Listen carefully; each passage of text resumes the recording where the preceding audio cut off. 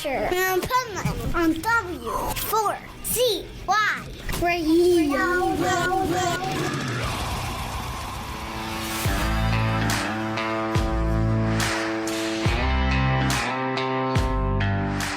This is the Pipeman here on the Adventures Pipeman W4CY Radio, and I'm here with... The band Feel. Nice. I'm feeling you.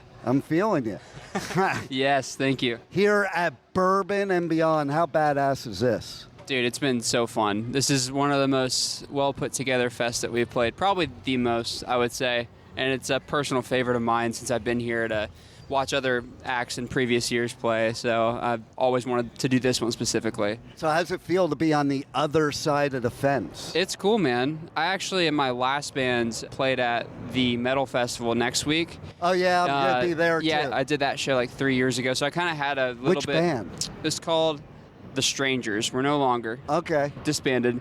RIP. That would be funny, though, if I interviewed you for that, too.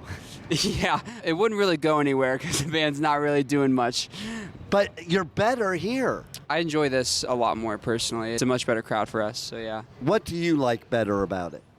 Really, specifically for this band, it's a lot more, I guess, accepting of this kind of music, whereas like the other festivals more like, you know, metal-driven kind of thing. But yeah, it just feels better here, personally. Nice. I think so. It's a cool vibe here at Bourbon and Beyond, right? Cool people, and everybody's just chill. And what I love about this festival is it's such a variety of music. You could be into blues, you could be into bluegrass, you could be into rock, you could be into country. It doesn't matter. We're just here to all have some good music therapy. Totally, yeah. There's a very diverse lineup here. Totally, and great musicianship like you guys. Thank you. So, how did this happen? How did this get-together happen? We got connected over social media. Wow, look at That's that. the easiest way to explain it. It is also makes the most sense to explain. So we just got connected over social media. We started talking over the phone, and then we all got connected in person at some point. That's so cool because the beauty of social media. A lot of people talk about the negativity. There's the beauty of it, especially for music. Yeah, man, the connectivity. It's there. It's built in. You know? And then your connectivity with your fans, you know? Like, right, the engagement, yeah. You go back before social media, how hard it was for fans like us to connect with the bands they liked. And now it's fairly easy. Yeah, it's not to say that the superficial stuff isn't still there, but when social media was first coming out and there was like that integration, that like the gap between the fans and the artists, it kind of decreased. Both these guys just got on their phones and made me feel terrible.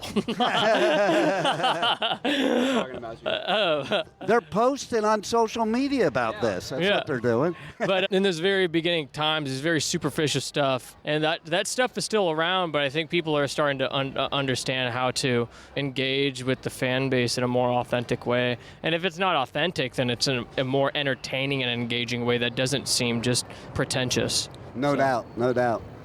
How about you? What do you feel about being here at Bourbon and Beyond? It's cool. Honestly, I wasn't super familiar with this specific festival, and Caden told us all about it before we were booked for it, and it just seems it's extremely professional. They care about the artists, they care about the concert goer. TJ just popped in here. Nice, just in time. But it seems like any of the DWP concerts or festivals are pretty well put together, and we're honored and proud to be here. Well, I want to focus on one thing you said, and both of you said, how they treat the artists. Like, I cover a lot of festivals, and I interview bands, and I can tell you these festivals are the ones I get the most compliments about Danny Wimmer and DWP than any other festival of how you guys are treated. What do you think makes this one different? Besides the professionalism, how else do you feel as an artist by being at Danny Wimmer Festival? It's laid back. It's just a good feeling. Obviously, there's a lot of experience put into these festivals, and it's just like there's nothing else they could have thought of to make it better in our experience so far. But I don't know. The best things are when you show up and you don't have to do anything. Yeah, even we have stress-free. We have a tour manager, but you still have to do things sometimes. But like today, you just kind of show up and we play, and it's almost like, man. The load-in is so stress-free, right? Oh yeah, we don't have to worry about that. which is cool, and everyone's just nice. I like how the artist areas are all together and stuff. You can chat with them, and we have a friend named Nate who's a TM, and he kept telling us about this band, Heavy, and Caden might be playing right now. But we got to meet them finally and have that mutual friend, and it's like if we weren't in those kind of laid-back, close quarters, a lot of times at festivals, it's kind of like you kind of look at the other bands, they kind of look at you, and it's like, it's like hi as you're walking by, or look away as you're walking by. I'll say, like, it definitely feels like we're in the Midwest. 3 of us grew up in the Midwest, and nice. It just feels like we're almost at a really huge backyard party. It is, and I think all the DWP things, and there's surprises at different ones. Like this year at Rockville, Danny did a thing back in the Media Artist Lounge, a clam bake after Sunday night after the whole thing was over. Oh, dang. And that was awesome. Yeah. I would hope so. Like, you don't get to eat, and then it's like, wow, that would be cool. So we have to tell them to do that. And how about, like, that drip bar and the open bar up there? Like, I do a lot of festivals. I don't know any that does that stuff. Yeah, there's not many that we've been a part of, that do that. And then that's the thing, the ease of it, because nothing's worse than if sound check or load in is super screwed up and stressful, and then you got to perform. I'll say also that these kind of festivals are what you call like a good look for a band, and that's more the like strategic and side of things. But when you play at a festival that has such a stature, it further pushes you looking and being accepted as a professional band. It's like if you're being accepted by the DWP's festivals of the world, and the kind of people that go there, you must be legit. So it's good for us on a level of expanding as well. You know what else too? It's like what I've had other artists tell me is that no matter which band you are, you're treated exactly the same by Danny Wimmer, and that's cool because it would suck to be like, oh, look at that band, look at what they're getting, and look at us. Like you're all on the same level, and I think that's cool. Yeah. Let's have you add to the equation here. So how you feel being here at Bourbon Beyond? Oh, it's amazing. Yeah, it's been super great, and the reception from our set was awesome, and like you're saying, all the amenities and how easy it was with sound check and everything was fantastic. It's definitely, I feel like, the most accommodating that we've ever had, which is really cool. So, yeah, it's fun. That's cool. Because sometimes it's shocking, right? Because sometimes you're like, you go to some of these festivals and it's like a horror show. Yeah, thankfully, I mean, Tyler and I in previous bands had some of those for sure, but thankfully even other festivals we've done recently, they're professional and, you know, everything's together. But this, like you're saying, with this artist lounge and the drinks and drip bar things, like that's just another level, you know, that we haven't experienced yet. Yeah, even the fact that you could have the media artist lounge together, because there's some festivals I go to, and I'm like, I feel bad for the artists because you got a bunch of media people that shouldn't be there. They're like fanboying out, fangirling out, and it's like, this is your safe zone. Like I tell anybody who works for me, don't ask for autographs, don't ask for selfies. This is their safe zone. They deal with that enough out there. You know, this is where you should be able to chill out and relax. Yeah. And that's what we have here. Yeah, you know? for sure. So what do you guys got going on next after this? Well, we start a full fall headlining tour tomorrow. Nice. Yeah, it's about 40 dates across the country, mostly Midwest and East Coast, and recording in the new year, and some full-length stuff coming out, and vinyl, and releases, and shirts, and all that stuff, you know. Well, speaking about all that stuff, let's tell everybody how they can connect you on socials, but more importantly, buy your merch and check out your music, because they can't listen to my show unless they buy your merch. Yeah, so under all the socials, it's The Band Feel, and you can look up thebandfeel.com, and that's where all the merch is, and keep in touch with us.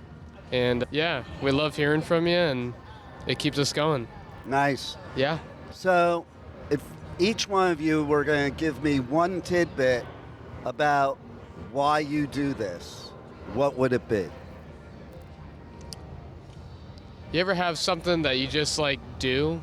You know, it's just like something that you've always done. I think I'm doing it right now. Yeah, sometimes there's not I can't say a lot of need, it might be a cop-out, but not a lot of need for explanations. Sometimes it's just like, I feel this is why God put me on earth, that sort of thing. And I don't know. It's fun. It's fulfilling. That and baseball are the only things I've ever done in my life, too, so that might be it. But I don't know. TJ? Yeah, I mean, pretty much that. I figured out that I loved music and sounds and most importantly drums when I was in my early teens. So now getting to actually live it out is a dream come true. It's amazing. I love it. For me, I love traveling the world, so this is kind of the best way to do it, in my opinion. I mean, It is. yeah, I mean, you're just going to connect with so many people. Yeah, specifically Ohio, we have no problems getting shows there. It's really cool getting to like meet new friends just from all around the country that you can then go and like visit on downtime and whatnot and just see the country and see the world. So yeah. Yeah, that's what's cool. It's like I cover festivals all over the U.S., U.K., and Europe. Sometimes I'll bring my youngest daughter to a festival halfway through day one, like probably earlier than today. She'd be like, Dad, I don't know how you do this every weekend, man. I'm done already.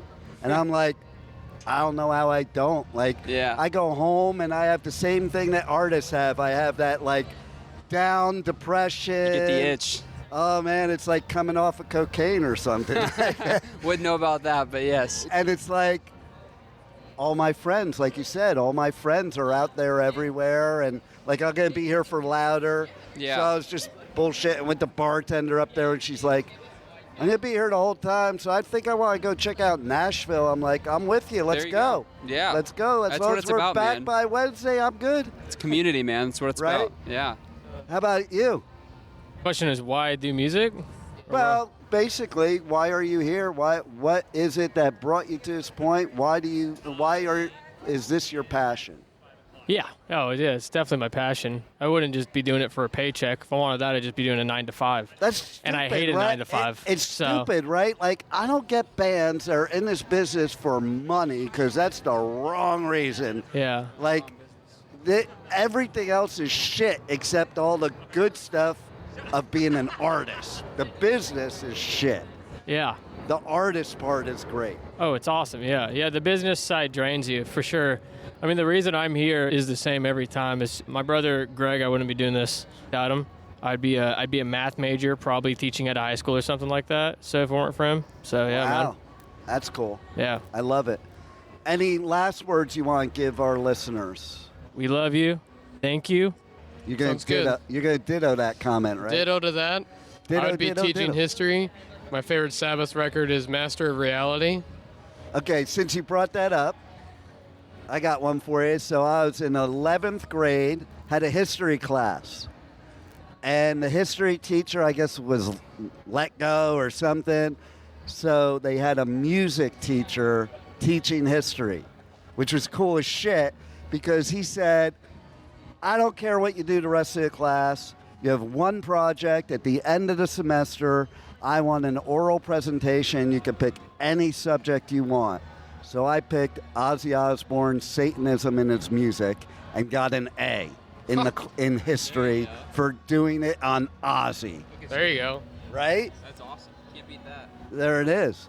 And like, he's talking because I got my Black Sabbath shirt on here that's also tie-dye. So it's like, I put thought into it. I'm like, this combines both my hippie personality and my metal personality in one shirt, so it's perfect for the first day of Bourbon and Beyond. There you go. Right? There you go. Excellent. Stand the word metal, so I mean, it's a good thing it's a hippie thing. You know what I mean? Exactly. So, you guys rock. I'm Thank you. glad you were here at Bourbon and Beyond, and thanks for being on the Adventures of Pipeman. Cheers. Thank you. Thank you for listening to the Adventures of Pipeman on W4CY Radio.